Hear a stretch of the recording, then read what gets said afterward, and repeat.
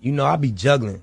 You know what I'm saying? I juggle a lot. I play a lot of positions. You know what I mean? So, my mentality when I do start to be like, damn, this is a lot. You know what I'm saying? It's just like, you know, that's what it's supposed to feel like.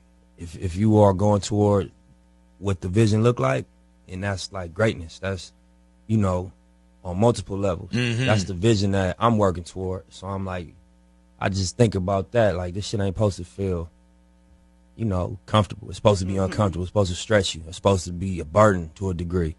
And you gotta, you know, wrap your mind around that and accept it and embrace it. And you catch some wisdom off of that.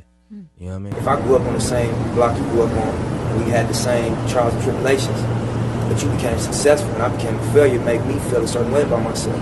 Because we had the same, we were dealt the same deck of cards. You know what I mean? So I feel like my success affects the people closest to me the most. A person that don't know me might root for me, you know what I mean, and be happy for me. The person that know me and come from the same environment and had the same cards dealt to them, that keep going to jail, don't have no money, never made their parents proud or their mama proud, never did anything that they could look in the mirror and be proud of. You know what I mean? It makes them feel a certain way, and it's intense. And that shit manifests into jealousy, hate, violence. You know what I mean? And it's deep because it's a stigma about artists becoming Hollywood, especially street artists going Hollywood. But it's almost like if you don't, you're gonna sacrifice yourself for the opinions of others. You know what I mean? So people look at you as a keep real. And you think about as an artist, there's a business model that exists in the music industry to prevent you from having ownership, to prevent you from being a partner in the lion's share of the profit. And dirty money get washed on royalty statements. Black owners in this game are powerful racists. The value is created in content. So when I think of us as hip hop artists, we create content, but we don't have a wide product line. You go to Disneyland, they got tons of products, ears and all Disney, Mickey, everything. And so that's the vision behind the Marathon store. It was more natural, and it resonated at a higher frequency to put it on Crenshaw and Slauson just because of the significance of that corner. I've been hustling on that corner since I was 15. We all started right there. We popped the trunk and was grinding on that corner from... Look, nothing can save us and we realized it. We knew the outcome and we still tried it. That South Central state of mind, I'm in the field logic. To be a real rider, you took this shit to the extreme and you ain't feel honest. Now this blood is on your hands, you hope these bills wash it. Sinking deeper in regret, and that's the real faucet. See everybody go for self, that was the real Slauson. But do this win, lose or draw, that was a real promise. Do death do us, what's most important was rep to us. Set schoolers to love a line, respect shooters. Reflect to it, this year I'm dropping my best music. Hope you niggas get rich and then reinvest to it. I wish you niggas success just minus the stress to it. Lot of stages, lot of losses and regrets to it. The game of life, you ain't the type that would accept losing. Whatever's left to it, flying in a jet to it. If I grew up on the same block you grew up on, and we had the same trials and tribulations, but you became successful and I became a failure, it made me feel a certain way about myself.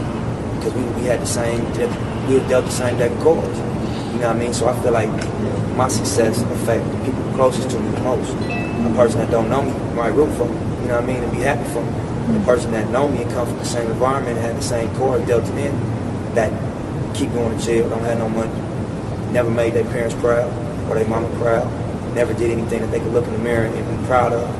You know what I mean? It makes them feel a certain way, and it's intense. And that shit manifests into jealousy, hate, violence. You know what I mean? And it's deep because it's a stigma about artists becoming Hollywood, especially street artists going Hollywood. But it's almost like if you don't, you're gonna sacrifice yourself for the opinions of others. You know what I mean? So people look at you as a keep real. It's a stigma about artists becoming Hollywood, especially street artists going Hollywood. But it's almost like if you don't, you're gonna sacrifice yourself for the opinions of others.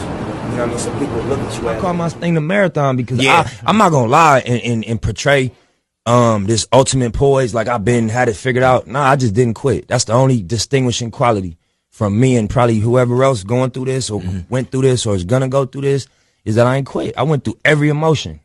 I went through every emotion with trying to pursue what I'm doing. You know what I mean? And I think that what gonna separate whoever's gonna try to go for something is that you ain't gonna quit.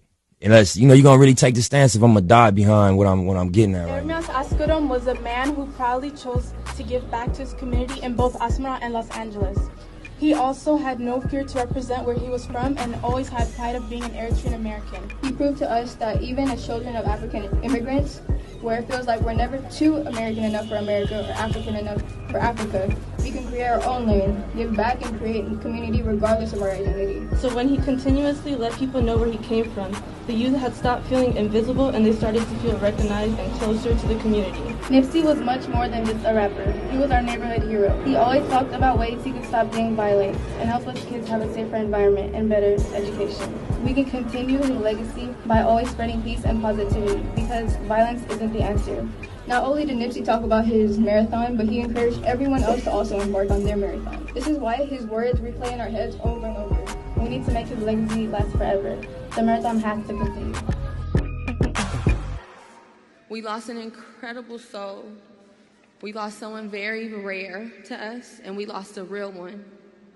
And we won't ever be the same.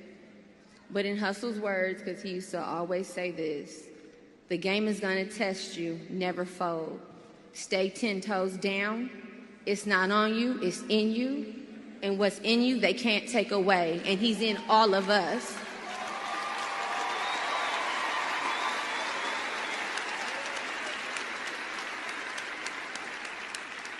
And to Ermias, the love of my life, you know what it is. Grief is the final act of love. My heart hears you. I feel you everywhere. I'm so grateful that I had you. I love you beyond this earth.